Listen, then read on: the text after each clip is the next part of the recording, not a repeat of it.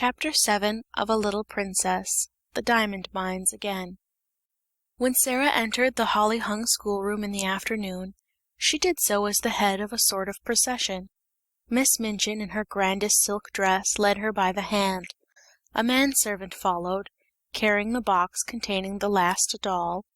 A housemaid carried a second box, and Becky brought up the rear, carrying a third and wearing a clean apron and a new cap. Sarah would have much preferred to enter in the usual way, but Miss Minchin had sent for her and, after an interview in her private sitting-room, had expressed her wishes. "This is not an ordinary occasion," she said. "I do not desire that it should be treated as one." So Sarah was led grandly in, and felt shy when, on her entry, the big girls stared at her and touched each other's elbows, and the little ones began to squirm joyously in their seats. "Silence, young ladies," said Miss Minchin at the murmur which arose.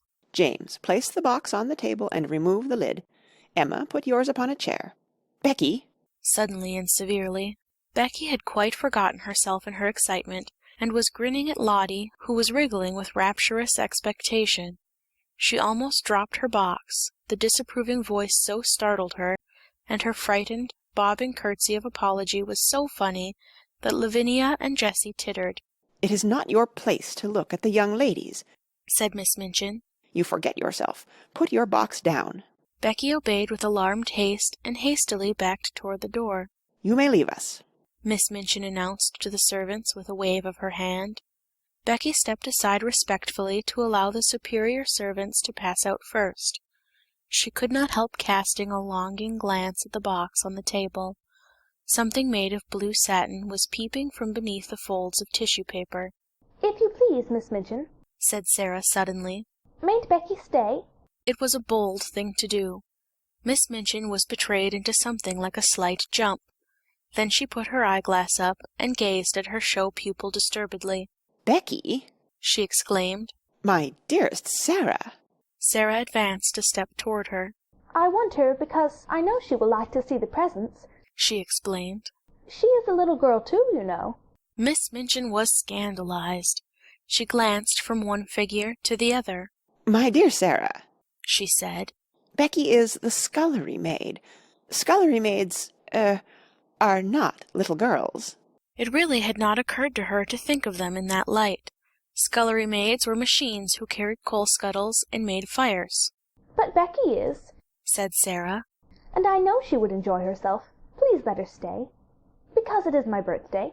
Miss Minchin replied with much dignity. "As you ask it as a birthday favor, she may stay.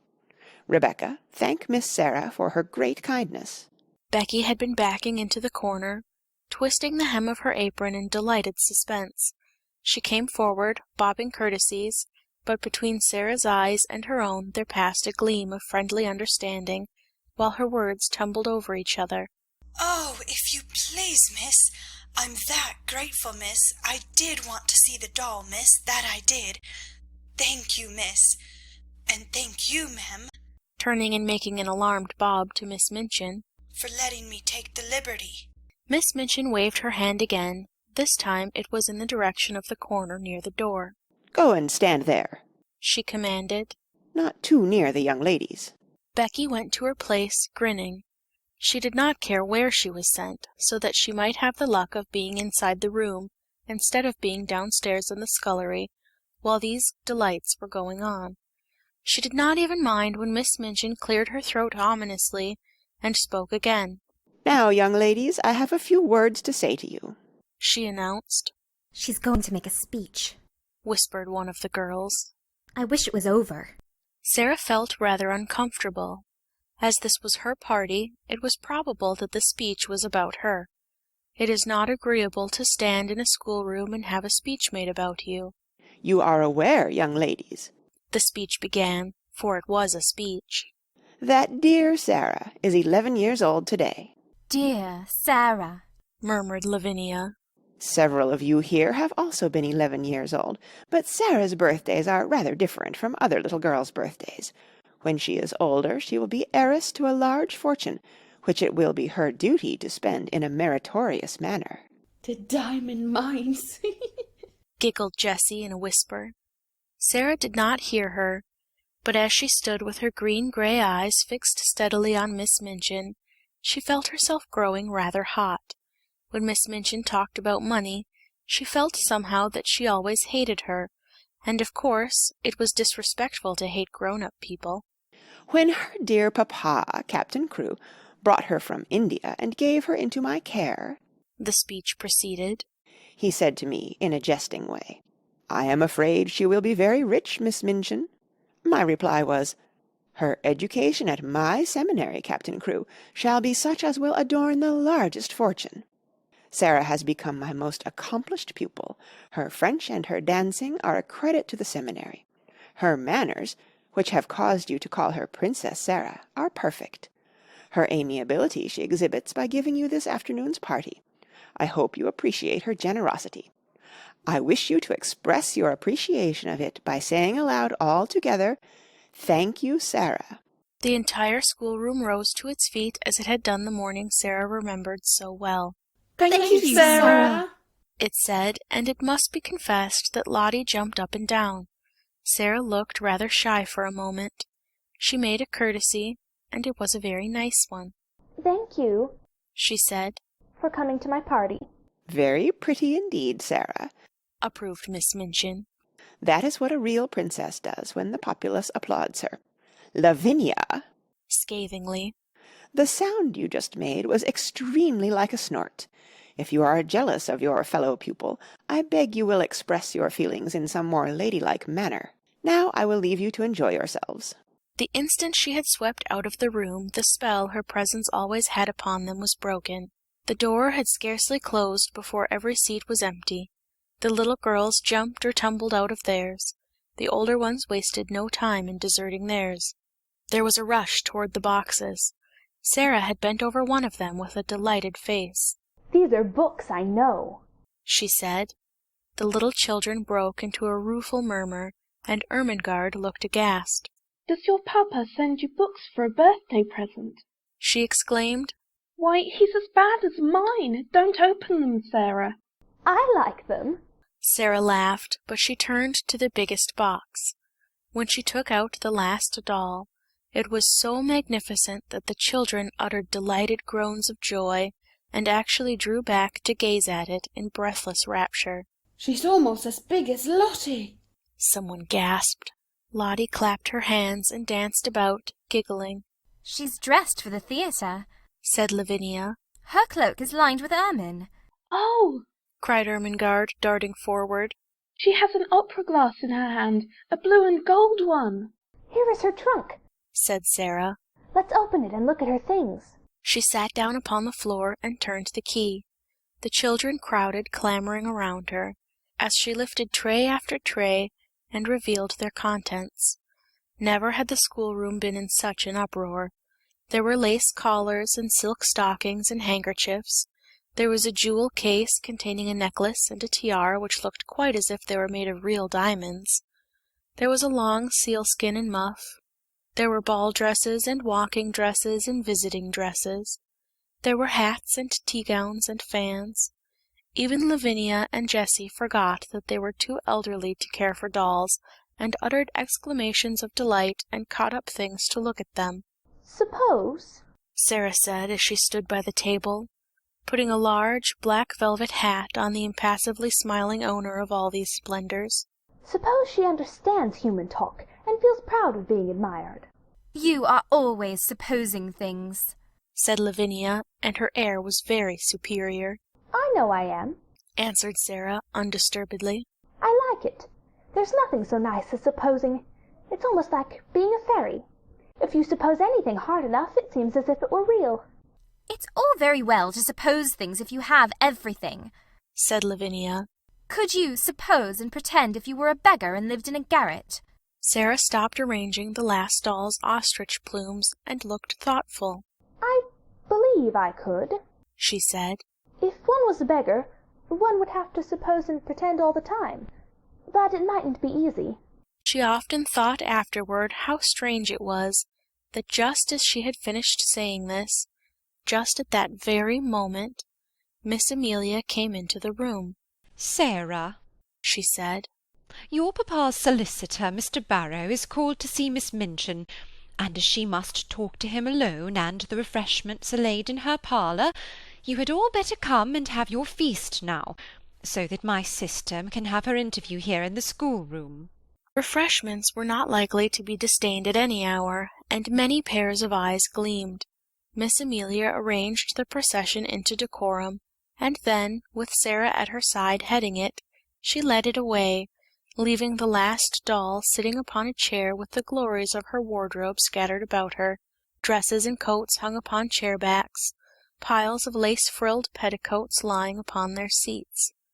Becky, who was not expected to partake of refreshments, had the indiscretion to linger a moment to look at these beauties. It really was an indiscretion. "Go back to your work, Becky," Miss Amelia had said, but she had stopped to reverently pick up first a muff and then a coat, and while she stood looking at them adoringly, she heard Miss Minchin upon the threshold, and, being smitten with terror at the thought of being accused of taking liberties, she rashly darted under the table, which hid her by its tablecloth. Miss Minchin came into the room, accompanied by a sharp-featured, dry little gentleman, who looked rather disturbed. Miss Minchin herself also looked rather disturbed, it must be admitted, and she gazed at the dry little gentleman with an irritated and puzzled expression. She sat down with stiff dignity and waved him to a chair. "Pray be seated, Mr. Barrow," she said. Mr. Barrow did not sit down at once. His attention seemed attracted by the last doll and the things which surrounded her. He settled his eyeglasses and looked at them in nervous disapproval. The last doll herself did not seem to mind this in the least. She merely sat upright and returned his gaze indifferently. £100, Mr. Barrow remarked succinctly. all expensive material, and made as a Parisian modistes. He spent money lavishly enough, that young man. Miss Minchin felt offended. This seemed to be a disparagement of her best patron and was a liberty. Even solicitors had no right to take liberties. "I beg your pardon, Mr. Barrow," she said stiffly. "I do not understand." Birthday presents. Said Mr. Barrow in the same critical manner. To a child 11 years old. Mad extravagance, I call it. Miss Minchin drew herself up still more rigidly. "Captain Crewe is a man of fortune," she said. "The diamond mines alone." Mr. Barrow wheeled round upon her. Diamond mines, he broke out. There are none. Never were. Miss Minchin actually got up from her chair. "What?" she cried. "What do you mean?" At any rate, answered Mr. Barrow quite snappishly. It would have been much better if there never had been any. "Any diamond mines?" ejaculated Miss Minchin, catching at the back of a chair and feeling as if a splendid dream was fading away from her. Diamond mines spell ruin oftener than they spell wealth, said Mr. Barrow. When a man is in the hands of a very dear friend, and is not a business man himself, he had better steer clear of the dear friend's diamond mines, or gold mines, or any other kind of mines dear friends want his money to put into. The late Captain Crewe— Here Miss Minchin stopped him with a gasp. "The late Captain Crewe?" she cried out. "The late? You don't come to tell me that Captain Crewe is—" He's dead, Ma'am, Mr. Barrow answered with jerky brusqueness. Died of jungle fever and business troubles combined. The jungle fever might not have killed him if he had not been driven mad by the business troubles. And the business troubles might not have put an end to him if the jungle fever had not assisted. Captain Crewe is dead. Miss Minchin dropped into her chair again. The words he had spoken filled her with alarm. "What were his business troubles?" she said. "What were they?" Diamond mines, answered Mr. Barrow. And dear friends, and ruin. Miss Minchin lost her breath. "Ruin?" she gasped out. Lost every penny. That young man had too much money. The dear friend was mad on the subject of the diamond mine. He put all his own money into it, and all Captain Crewe's. Then the dear friend ran away. Captain Crewe was already stricken with fever when the news came. The shock was too much for him. He died delirious, raving about his little girl, and didn't leave a penny. Now Miss Minchin understood, and never had she received such a blow in her life. Her show pupil, her show patron, swept away from the select seminary at one blow. She felt as if she had been outraged and robbed, and that Captain Crewe and Sarah and Mr. Barrow were equally to blame. "Do you mean to tell me," she cried out, "that he left nothing? That Sarah will have no fortune? That the child is a beggar? That she is left on my hands a little pauper instead of an heiress?" Mr. Barrow was a shrewd business man, and felt it as well to make his own freedom from responsibility quite clear without any delay. "She is certainly left a beggar," he replied, "and she is certainly left on your hands, ma'am, as she hasn't a relation in the world that we know of." Miss Minchin started forward. She looked as if she was going to open the door and rush out of the room to stop the festivities going on joyfully, and rather noisily, that moment over the refreshments. "It is monstrous," she said. "She's in my sitting-room at this moment, dressed in silk gauze and lace petticoats, giving a party at my expense." "She's giving it at your expense, madam, if she's giving it," said Mr. Barrow calmly. "Barrow and Skipworth are not responsible for anything. There never was a cleaner sweep made of a man's fortune. Captain Crewe died without paying our last bill, and it was a big one." Miss Minchin turned back from the door in increased indignation. This was worse than anyone could have dreamed of its being. "That is what has happened to me," she cried. "I was always so sure of his payments that I went to all sorts of ridiculous expenses for the child. I paid the bills for that ridiculous doll and her ridiculous fantastic wardrobe. The child was to have anything she wanted. She has a carriage and a pony and a maid, and I've paid for all of them since the last cheque came." Mr. Barrow evidently did not intend to remain to listen to the story of Miss Minchin's grievances after he had made the position of his firm clear and related the mere dry facts. He did not feel any particular sympathy for irate keepers of boarding schools. "You had better not pay for anything more, ma'am," he remarked, "unless you want to make presents to the young lady. No one will remember you. She hasn't a brass farthing to call her own." "But what am I to do?" demanded Miss Minchin, as if she felt it entirely his duty to make the matter right. "What am I to do?" "There isn't anything to do," said Mr. Barrow, folding up his eyeglasses and slipping them into his pocket. "Captain Crewe is dead. The child is left a pauper. Nobody is responsible for her but you." "I am not responsible for her, and I refuse to be made responsible." Miss Minchin became quite white with rage. Mr. Barrow turned to go. "I have nothing to do with that, madam," he said uninterestedly. "Barrow and Skipworth are not responsible. Very sorry the thing has happened, of course." "If you think she is to be foisted off on me, you are greatly mistaken," Miss Minchin gasped. "I have been robbed and cheated. I will turn her into the street."